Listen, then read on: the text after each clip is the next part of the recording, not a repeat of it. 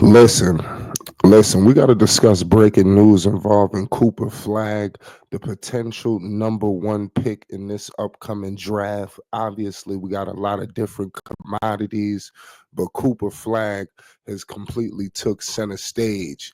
Now, I'm here to tell you that Cooper Flagg just had an injury, and it's so ironic that it happened in this manner, at the Spectrum Center, the house that Lamelo Ball plays in.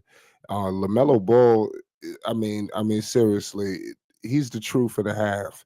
The only thing that's really shortchanging him to get to where he really needs to get to is the injuries. Obviously the ankle, has been a conundrum, but now Cooper Flagg has suffered a similar fate. None of these injuries are career threatening. These are just constant and just nagging injuries for LaMelo, but for Cooper Flagg's sake, it just happened at the most craziest time ever. And it has just drawn a lot of airways, a lot of questions, and people want answers. Duke Blue Devils forward. I repeat, the everybody knows he's basically the consensus number one overall pick in this upcoming draft. He injured his left ankle during the Devils ACC tournament game. This was wild, man, because this was aired. A lot of people was watching it. Um, Flag was ruled out for the remainder of the game against the Georgia Tech Yellow Jackets.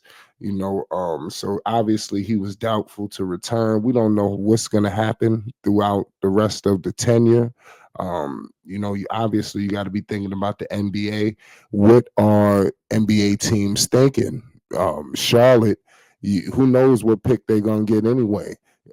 If they were to somehow get the number one pick, would they move with a Cooper Flag who just had an ankle injury that may have to be looked at and monitored possibly?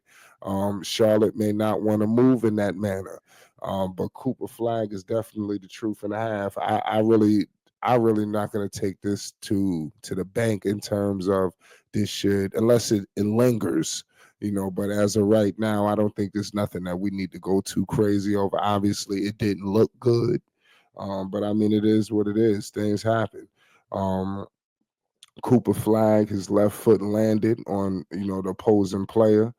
He immediately went down to the ground holding his left ankle. So obviously that didn't look good. He was helped off the floor, taken to the locker room for further evaluation. Once off the court, Flag was transported by wheelchair to have his ankle examined. This is why I'm trying to tell you it didn't look good, the optics, you know. But he did return, to the team's bench, in the second half, and he was not seen wearing a boot. But obviously people are saying that he may not be ready to play tomorrow. Everybody believes that that's a long shot. I really think that Cooper Flag, obviously, you want to go for it all, but you got to think about the NBA. There's a lot of things awaiting him. You just had a scare. You're the potential number one overall pick. If he isn't for certain solid, clear cut, I will hold him back. But if he is, and the doctors, check this out, you go for it. Back to the Charlotte Hornets. Like I said, this happened at the Spectrum Center. The Spectrum Center is they just remodeled the place, and it still hasn't given much good grace. The Hornets, they fall, they seem like they play a lot better, when they got a little bit more energy when they're in these big cities, LA, we've seen that game. We know the talent is there for Charlotte. Injuries again held them back. They basically was out without Brandon Miller all year. Miller, like, this was just crazy. Last year you had LaMelo dealing with it. Now you got Miller. And this is, like I said, this out for the season. This is just crazy. This is why you see this catastrophic situation the Hornets are in. The Hornets need this number one overall pick more than any team. And I'm not just saying that because I like LaMelo Ball. I like the Charlotte Hornets. The Hornets are in turmoil. It seems like there's no way out. They need to fire the coach, in my humble opinion. I don't understand how you have a team that, has basically been dormant. You have Lamelo Ball. I don't know what are they doing, just rolling him out there as some sideshow, because they haven't put anything around him. I mean, the coach is not official, in my opinion.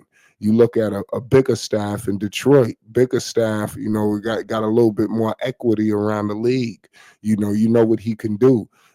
They need to bring in a real coach. You seen when they had Borrego. Now they've been brought in all of these crazy guys, to roll up in here. And I'm telling you, Charles Lee is really doing the number on the Charlotte Hornets. He needs the number one overall pick, especially if he's going to stick around. He's going to need talent because he's not able to seem like get the most out of the veterans out here. That's why it would have been nice to get almost like a hybrid, a coach that could connect with the young guys and definitely be respected by the veterans. And it's not like Charlotte got, these multi-year vets. These are young veterans, in the league. LaMelo Ball is a young player in this league, but he's a veteran on the Charlotte Hornets. So it's just crazy, what is going on. Taj Gibson and these guys hasn't worked. The Hornets just need it more than anybody. It would really suck if another team got the number one pick, and the Hornets need to have the best opportunity, at least one or two. This draft, I think, is electric. Is more players. You got Ace Bailey out of Rutgers. A lot of people are high on him.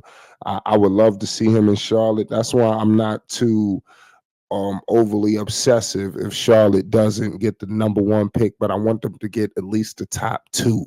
If they could somehow squeeze in to get the top two picks, maybe get the first. Look at Cooper Flagg, able to really thoroughly assess and get the best player available. Hopefully they can do that. Who's to say they got the right people in place? Because you see what happened in this draft that they just had. They drafted T-Jan, and you had all these other players, and we could sit up here and say T-Jan is the youngest player. Oh my God, give him grace, give him this. It's just been a complete disaster. This rookie year. We could say he had hit a couple of shots. It is led to no avail, and we cannot continue to praise this kind of behavior from the Charlotte Hornets. They need to be held accountable for drafting projects when you have LaMelo Ball, Miles Bridges, on this roster. These guys want to win. You got Seth Curry out there. These players want to come. They want to win and compete. Then you got a lame duck coach in Charles Lee. He don't know nothing. You got Peterson. He's a first-time guy. I mean, you need that. This team needs to be uprooted from top to bottom. And then they need to possibly relocate the arena maybe somewhere else in the city of Charlotte, and name it something else, because something has to give.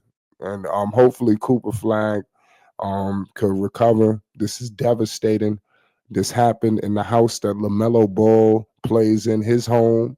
It is what it is. Yo, it's Flight Sports. Make sure you hit the like button if you're new. Most definitely hit the subscribe button. You already know what it is. It's Flight Sports TV.